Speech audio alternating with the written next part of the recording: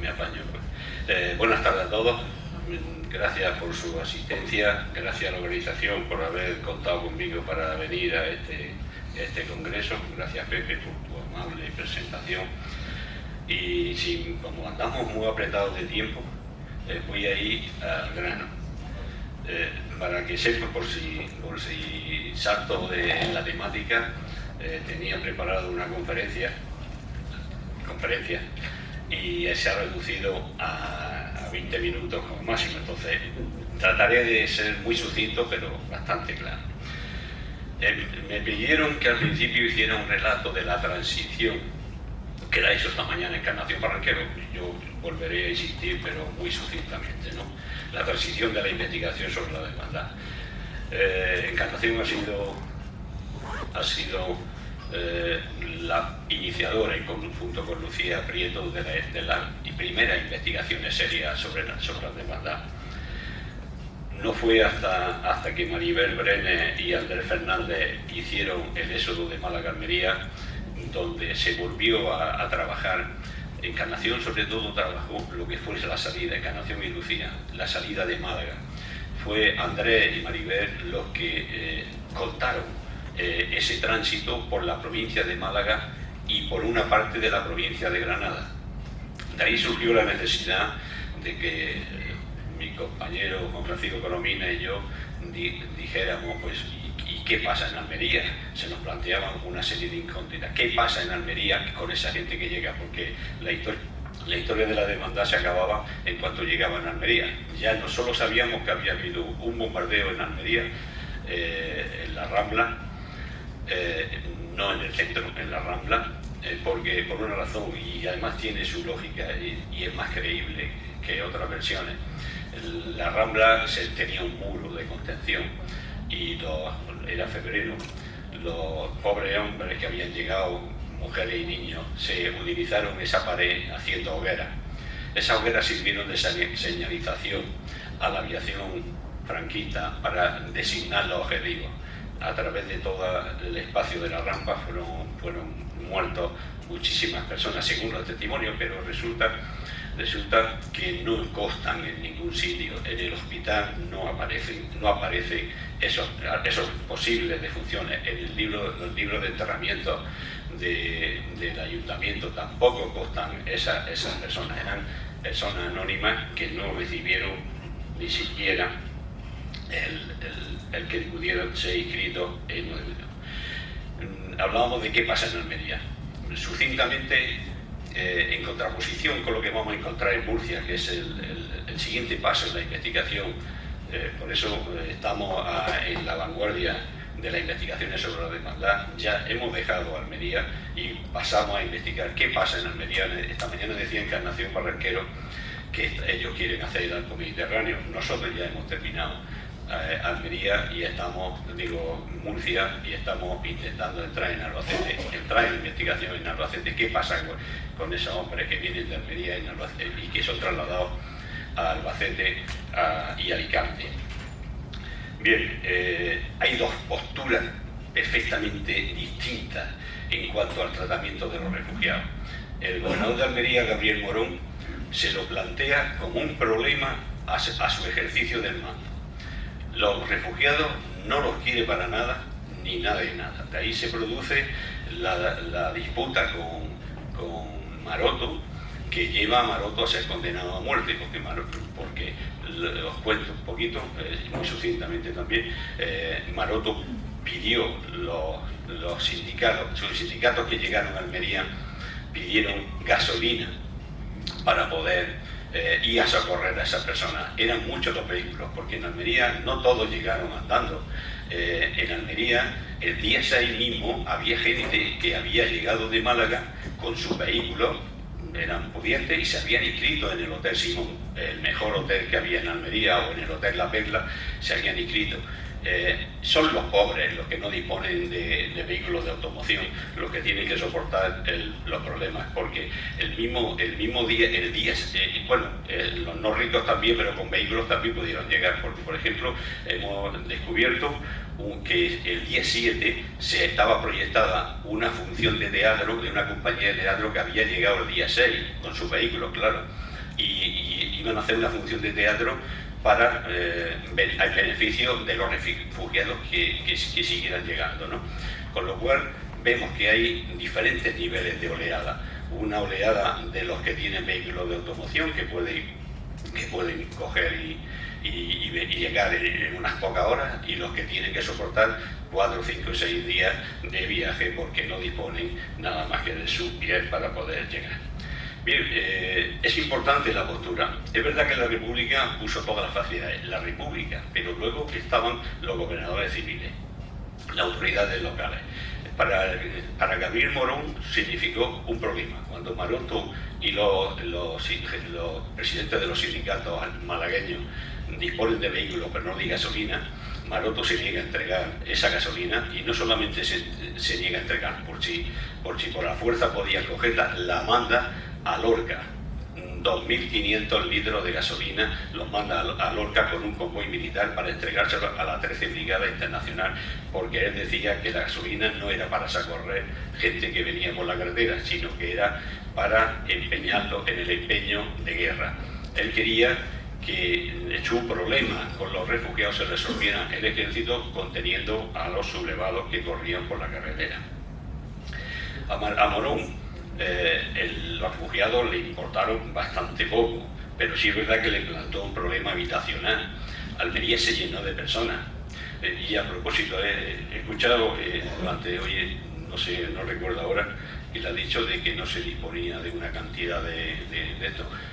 Nosotros, cuando hablo de nosotros, hablo de compras, nos fuimos a la prensa extranjera, porque la prensa local estaba muy contaminada. Las noticias no se podían dar tal como eran, y nos fuimos a la prensa extranjera, pero no elegimos un país que pudiera estar, elegimos Holanda, y encontramos un corresponsal que se llamaba Geport, en el que da una cifra exacta.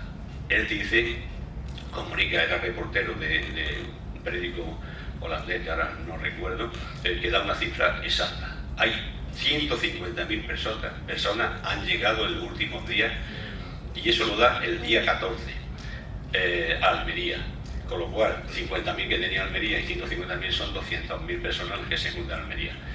El problema habitacional fue grande, se ocuparon todos los edificios que había posible. El Socorro Rojo utiliza todos los locales que tenían sindicales. La población de Almería se huerca completamente con los refugiados, pero claro, cogían a los niños, pero a los mayores los dejaban en el portal de las casas, no los querían tener dentro de las casas. Inclusive hoy es extraño, ¿no? Me causa sensación que las familias más pudientes de Almería, los que ahora son los más pudientes y lo eran en su momento, acogieron refugiados y los metieron en su casa. Al acabar la guerra, cuando, como toda colaboración con la República se convirtió en delictiva, dijeron que lo hicieron por miedo, porque si no lo acogían, podían sufrir las represalias del alcalde de Almería, Manuel Álvarez Samper. Bien, sea una cosa o la otra, la verdad que se acogieron en Almería, pero de forma oficial solo se acogieron 11.000 personas. Son las que están en los libros de refugiados, que hay en todo el ayuntamiento. Esta mañana decía también Encarnación que existían en los gobiernos civiles. En Almería solo se han conservado listados de personas con familias completas en Almería, que hay 11.000, en Huercas de Almería, que pues, como no podíamos poner todos, hemos puesto lo de Huercas de Almería en este libro, y lo de Bererrubio, que no llegamos a trabajarlo, pero que sabemos que existe ese listado. El resto de municipios no lo han conservado. ¿Y por qué se hicieron esos listados? Pues se hicieron porque el gobierno de la República le daba unas 50 pesetas diarias por persona para alimentarse.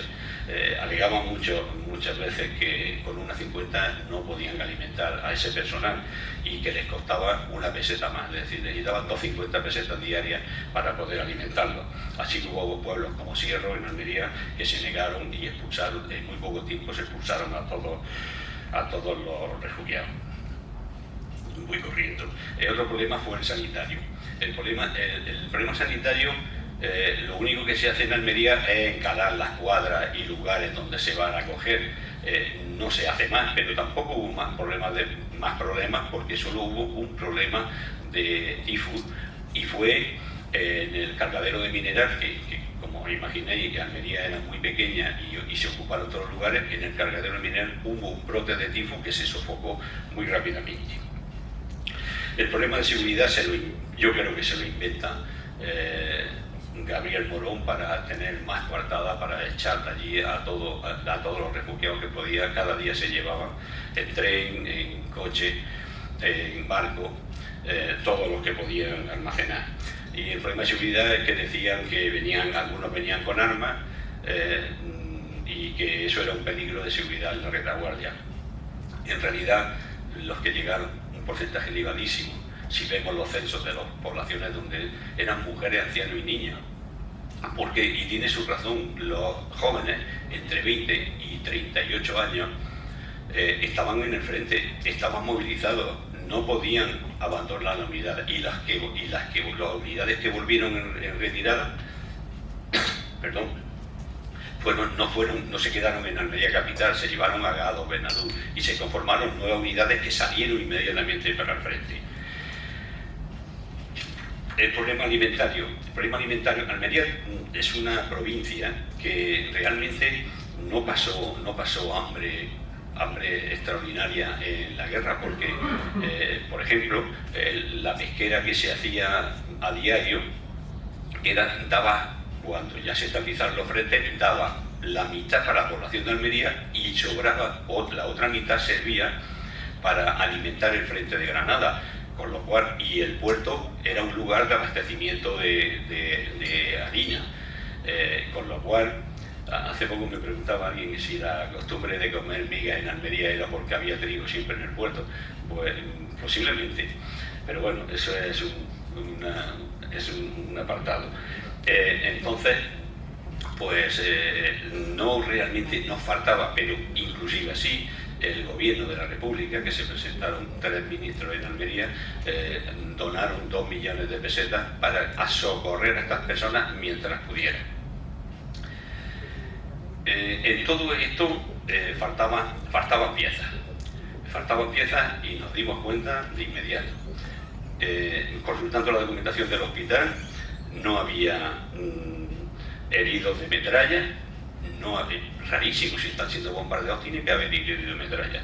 No había niñas, no había mujeres embarazadas, y aunque terminamos este primer trabajo con esas dudas, nos planteamos el siguiente, que es buscar dónde fueron a parar esas mujeres, esos niños que no aparecían en los censos, solamente aparecían las familias completas, pero niños solos, niños que no llegaron con los padres, no aparecían. Y sobre todo, ninguna de las refugiadas nuevas iba a dar luz durante esos días. Bueno, pues esos problemas nos los descubrimos cuando nos ponemos a investigar Murcia. Murcia, en comparación con Almería, era una gran ciudad. Almería es una ciudadita pequeña, pueblerina, bastante deficiente en cuanto a infraestructura, y contaba con un solo hospital que no daba para más. Es decir, fijaos bien si el hospital no daba para más, aparte de que el director era el jefe del Servicio de Información franquista en Almería, Cristóbal Rodríguez López, alameño de pro. Luego fue un gran cardiólogo, pero eso no quita lo que fue. Entonces, bueno, pues nos encontramos que llegamos, mientras Almería solo tiene un hospitalito, en Murcia nos vamos a encontrar que tienen 5 grandes hospitales. Los voy a nombrar: Hospital de Sangre, ubicado en el Colegio de los Hermanos Maristas; Casa Roja de Federica Montseny, ubicado en la Universidad de Murcia; Hospital de la Brigada Internacional en la Pasionaria; Hospital de Socorro Rojo Internacional, sito en la calle San Fermín Galán; y el Hospital Provincial. Tenían el hospital en el Malecón, era muchísimo más grande, y hoy no sé, me parece que sigue existiendo.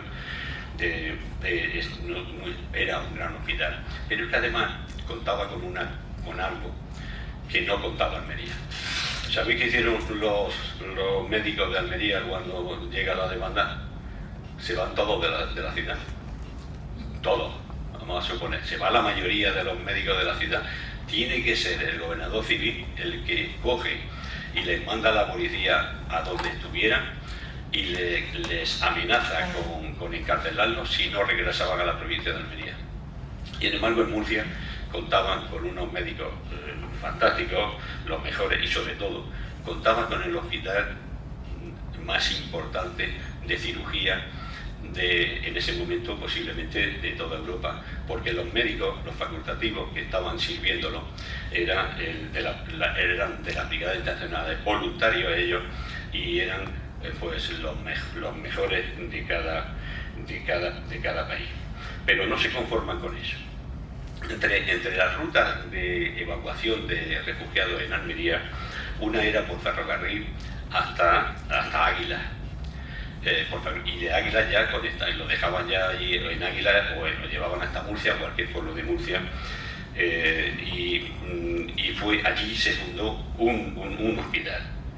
En la provincia de Murcia contamos con el hospital del Pablo Iglesias en Águila, hospital de Alchena, hospital de Alcantarilla, hospital de los Baños de Fortuna, hospital de Alhama de Murcia, hospital de Caravaca, hospital clínico de Cartagena. El hospital clínico de Cartagena era el hospital de la Armada, es un grandísimo hospital. Hospital de Mazarrón, hospital de Totana, hospital de Cieza, hospital de Yecla. No solamente los que tenían muchos más hospitales, sino que se fueron construyendo una infraestructura hospitalaria para atender. Esto fue en muy poco tiempo, porque nadie preveía que llegara esa avalancha de personas, pero lo conformaron y lo llevaron a efecto. Decirles que, no sé si lo he dicho antes, pero que tal era la diferencia de calidad de hospitales entre Murcia y Almería, que los heridos del frente de Granada, gente de Almería, gente de Granada, gente de Málaga, no los llevaban al hospital de Almería, los llevaban en ambulancia o en ferrocarril hasta los hospitales de Murcia. Durante mucho tiempo se estuvieron llevando a los heridos más graves a Murcia para que sean. ¿Qué hay? Hay dos figuras, en Murcia hay dos figuras que cambian la forma de pensar en el refugiado. Mientras en Almería era una molestia para el orden civil, en Murcia tenemos al Fernando Viñuela Romero, que era alcalde de Murcia, y un señor que es el ideólogo y es un magnífico médico, Mateo Carreras Regla. Solo les voy a decir su planteamiento y que caló en los poderes políticos, fundamentalmente en Fernando Viñuela. Fernando Viñuela al acabar la guerra fue fusilado. Es fundamental y luego va a marcar todo. Él planteaba, el refugiado es una persona que había sufrido el desarraigo de su lugar de residencia, de sus amistades y familiares y de su entorno conocido. Por tanto, debía evitarse que volviese a sufrir otro desarraigo, separando a la familia por sexo y por edad. Es decir, la familia tenía que ser unida. Habían sido desarraigados de su lugar de residencia, de sus amigos, de sus conocidos. No podían volver a separar los niños en una guardería infantil, separar a los padres que no podían estar con esos niños, tenían que mantenerlos. Así crearon una serie de refugios que me lo voy a saltar, porque me interesa muchísimo.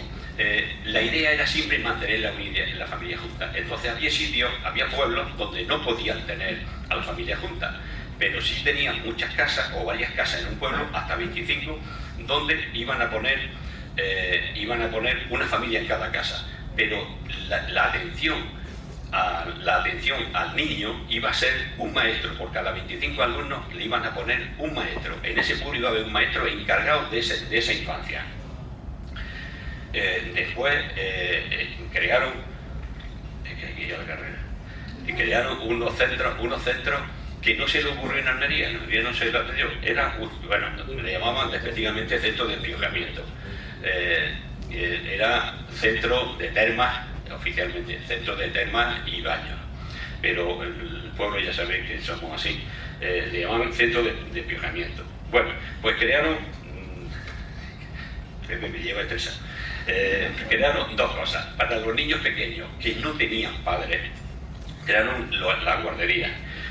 Guarderías como por ejemplo el Prementerio de Monteagudo, la guardería del Bosque, la guardería de Lobusillo, la guardería de Ceguín, la guardería del Tuán de las Victorias, que era de gente, de niños de Madrid que habían llegado sin familia. Y después las colonias infantiles. Las colonias infantiles eran niños que habían llegado a Murcia y no tenían ningún familiar que hiciera cargo, y llegaron, había algunas hasta de 2000 niños que trabajaban. Pero la filosofía de trabajo, de funcionamiento de esto, primero se levantaban a las 7 y tenían un horario que no voy a leer porque no me va a dar tiempo, pero querían educarlos en valores. La disciplina de tipo autoritario se radicó. Ellos tenían que obedecer porque tenían que estar convencidos de ello, y eso era lo que pretendían. Qué pena luego cuando acaba la guerra y pasan a depender de los tribunales tutelares de menores, en el que ya ni la disciplina era, y he termino leyendo esto, un momentico. Fíjate, fijar los valores que se toma una nota aquí a posteriori.